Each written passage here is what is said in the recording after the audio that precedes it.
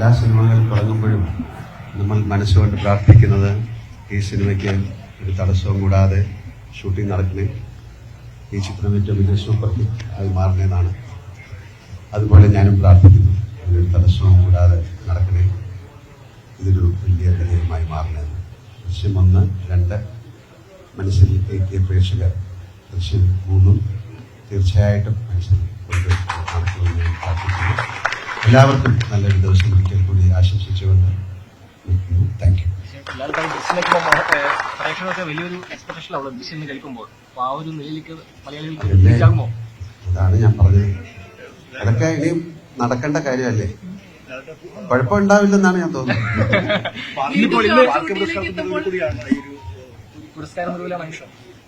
അതൊക്കെ ഇന്നലെ സംസാരിച്ചു കഴിഞ്ഞു. ഇതിപ്പോ ദൃശ്യമാണ്, ഇന്നലത്തെ കാര്യം ഇന്നലെ. ഇപ്പൊ ഞാൻ പോവാണ്, ഇത് കഴിഞ്ഞാണ്.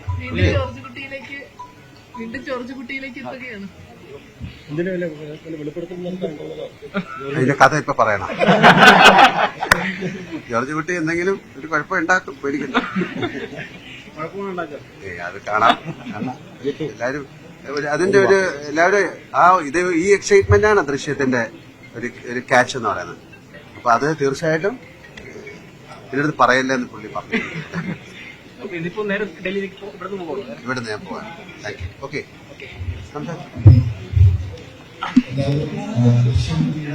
ഷൂട്ടിംഗ് ആരംഭിക്കുകയാണ്. അത് ഈ ഒരു ദിവസത്തിന്റെ ആരംഭിക്കാൻ വളരെ സന്തോഷം. കാരണം ഇത് ഏറ്റവും മധുരമാണ്.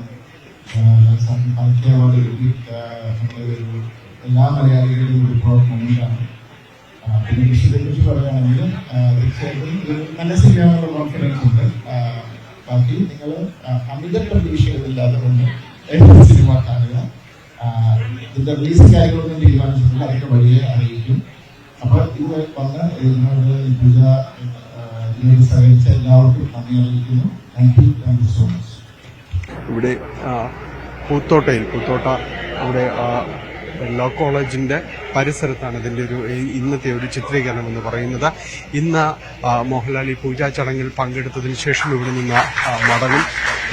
മോഹൻലാൽ നിലവിളക്ക് കൊളുത്തുകയാണ്.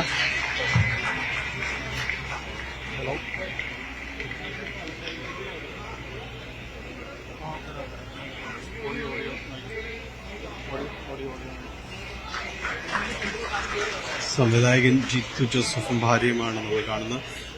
ഇങ്ങനെ ഇതിൽ ഇപ്പോൾ 3ാം ഭാഗത്തിന്റെ അതിന്റെ ഒരു ചിത്രീകരണം ഇന്ന് ആരംഭിക്കുന്നു.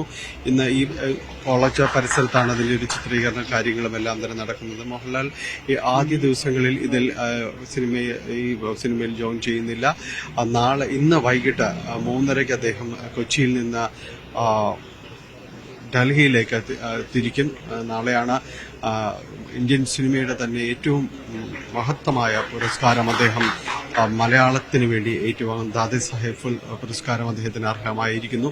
അത് നാളെയാണ് അതിന്റെ ഒരു ചടങ്ങ് നടക്കുന്നത്. അതുകൊണ്ട് ഇന്ന് അദ്ദേഹം ഉച്ചയ്ക്ക് ശേഷം കൊച്ചിയിൽ നിന്ന് അദ്ദേഹം ഡൽഹിക്ക് തിരിക്കും. വളരെ വലിയ നേട്ടങ്ങളുടെ ഒരു ഔന്നത്യത്തിൽ നിൽക്കുമ്പോഴാണ് അദ്ദേഹത്തിന്റെ ഏറ്റവും ആഘോഷിക്കപ്പെട്ട ഒരു ചിത്രം, ഏറ്റവും കൂടുതൽ സ്വീകാര്യത നേടിയ ചിത്രം, കുടുംബസദസ് ഒന്നടക്കം ഏറ്റെടുത്ത ഒരു ചിത്രത്തിന്റെ 3ാം ഭാഗത്തിന്റെ പൂജാ ചടങ്ങുകളടക്കം തുടങ്ങുന്നത് എന്ന ഒരു പ്രത്യേകതയും കൂടി ഈ ദിവസത്തിനുണ്ട്. ഏതായാലും ഇന്ന് ഈ ചടങ്ങിന് ശേഷം അദ്ദേഹം ഇവരോട് അണിയറ പ്രവർത്തകരുമായി സംസാരിച്ച ശേഷം അദ്ദേഹം തിരികെ മടങ്ങും എന്നാണ് അറിയാനായിട്ട് സാധിക്കുന്നത്. ഏതായാലും ദൃശ്യം എന്ന് പറയുന്നത് മലയാള സിനിമ മാത്രമല്ല, മലയാളത്തിന് പുറത്തും ദൃശ്യം വലിയ രീതിയിൽ ചർച്ച ചെയ്യപ്പെട്ട ഒരു സിനിമയാണ്. വലിയ രീതിയിലേക്ക് ആരാധകരെ അടക്കം നേടിയ സിനിമയാണ്. അതിന്റെ 3ാം ഭാഗത്തിന്റെ അടക്കമുള്ള ഒരു പൂജാ ചടങ്ങുകൾ തുടരുകയാണ്.